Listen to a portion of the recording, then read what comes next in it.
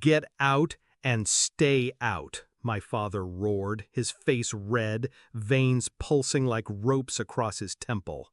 I didn't argue, I didn't beg, I just picked up my duffel bag and walked out the door.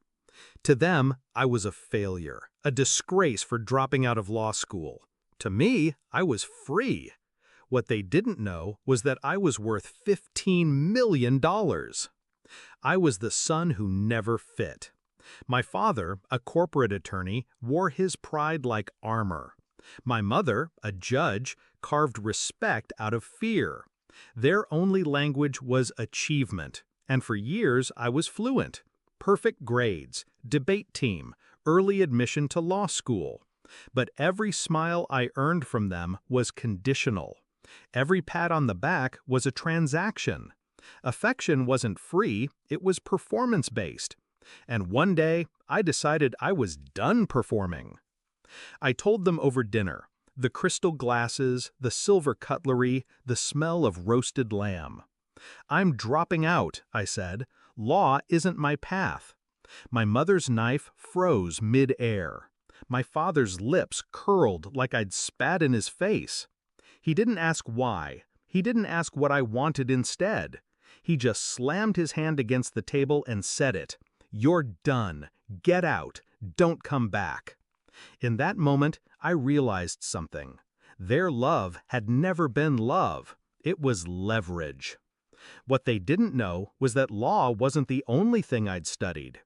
In high school, while they pushed tort law and case studies, I was teaching myself something else: coding, algorithms, trading systems.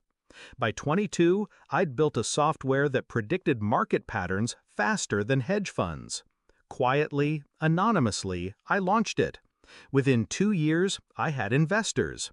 Within 3, I was worth $15 million.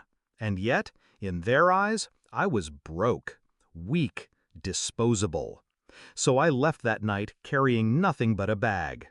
The next morning, I signed papers for a Malibu mansion overlooking the Pacific.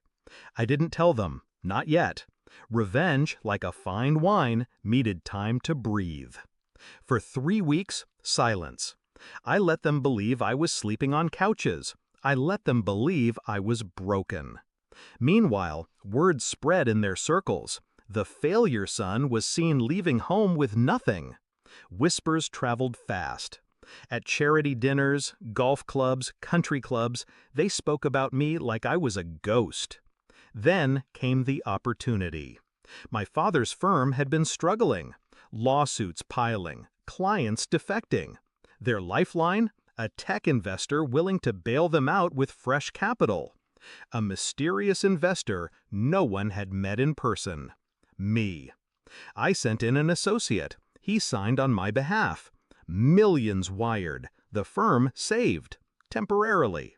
My father celebrated in the press, calling it a partnership of vision.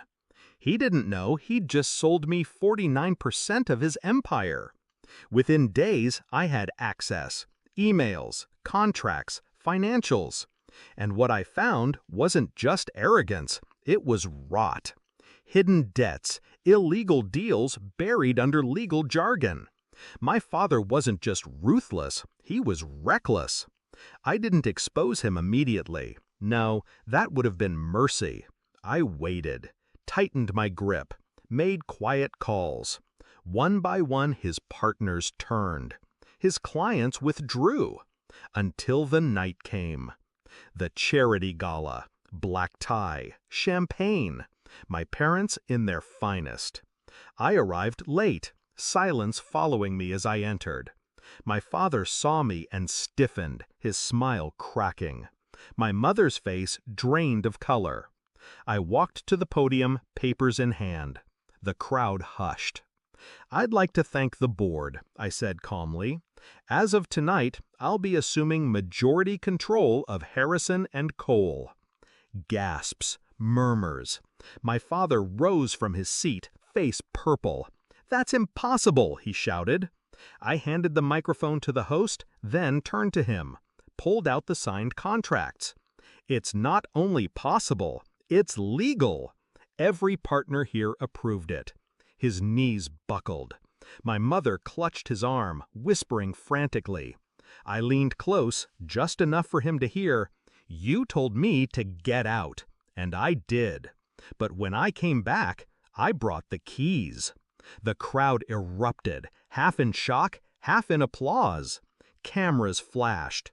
My father sank into his chair, a titan turned to stone. That night, I drove back to Malibu. The waves crashed below the cliffs as I stood on my balcony, watching the ocean swallow the horizon. For the first time, I didn't feel like a son desperate for approval. I felt like a man who had written his own verdict. They threw me out because I refused to be their puppet. They thought I was worthless without their name. Now their empire wears mine. And the boy they abandoned, he built his own kingdom by the sea.